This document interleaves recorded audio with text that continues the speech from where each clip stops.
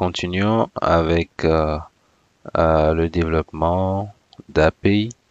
Dans cette partie, nous allons implémenter la méthode qui va nous permettre de récupérer chaque étudiant de façon spécifique à partir de son ID.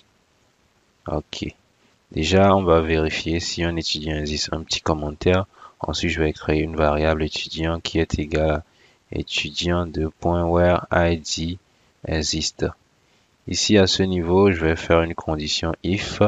Si l'étudiant a été trouvé, on aura true. Si elle n'a pas été trouvée, on aura false ou bien quelque chose, une valeur nulle. Ok, étudiant.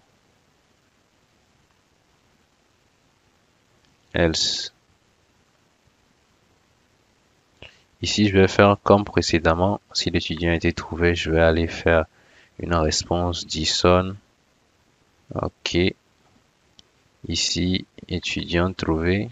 Je vais juste mettre étudiant trouvé.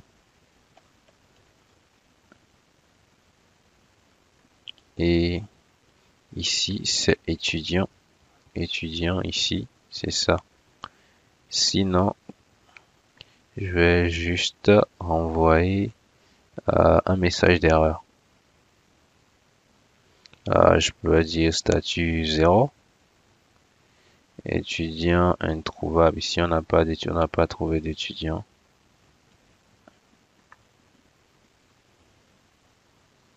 Étudiant.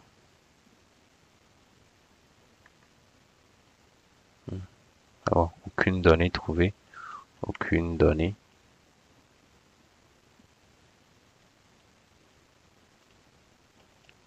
Trouvée. Ici, je vais mettre le code 404 et je vais sauvegarder. Je vais retourner au niveau de Postman. Avant d'aller au niveau de Postman, je vais revérifier si ma méthode, je l'ai bien nommée. Ici, j'ai écrit get étudiant, donc bon, je vais juste copier ceci et revenir ici, nommer ça get étudiant, sinon on aura une erreur. Maintenant, je sauvegarde et je me rends au niveau de Postman. Ok, à ce niveau, je vais juste effacer le S.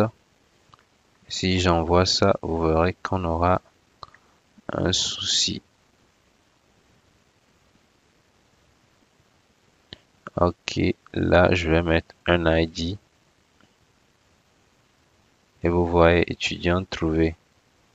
Ici, je n'ai pas affiché l'étudiant. Je n'ai pas récupéré l'étudiant. Maintenant, je vais mettre encore un autre numéro de étudiant trouvé. Je vais mettre un numéro qui n'existe pas. Là, on aura une erreur ou bien un code d'erreur qui retourne statut 0, aucune donnée trouvée. Retournons au niveau du code, afficher l'étudiant. Ici, par exemple, j'aurais pu juste enlever le existe et le laisser si il y a une donnée, alors étudiant ne sera pas nul, alors la condition sera vérifiée. Je pourrais toujours enlever le existe pour tester existe et à la place de ça, je vais juste mettre get.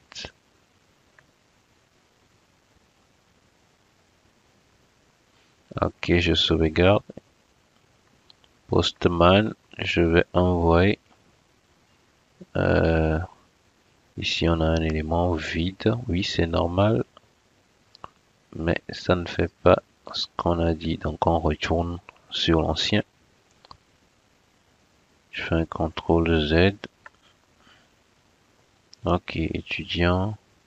Et maintenant, à ce niveau, je vais juste récupérer l'étudiant qui a l'ID. Ici, je vais créer une variable intermédiaire pour que ce soit clair. $étudiant ou bien même info, $info et qui est égal à étudiant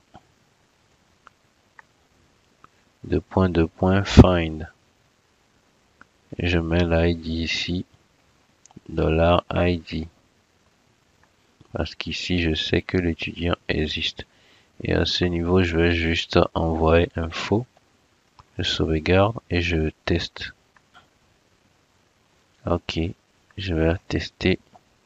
Vous voyez maintenant tout est redevenu normal et 1.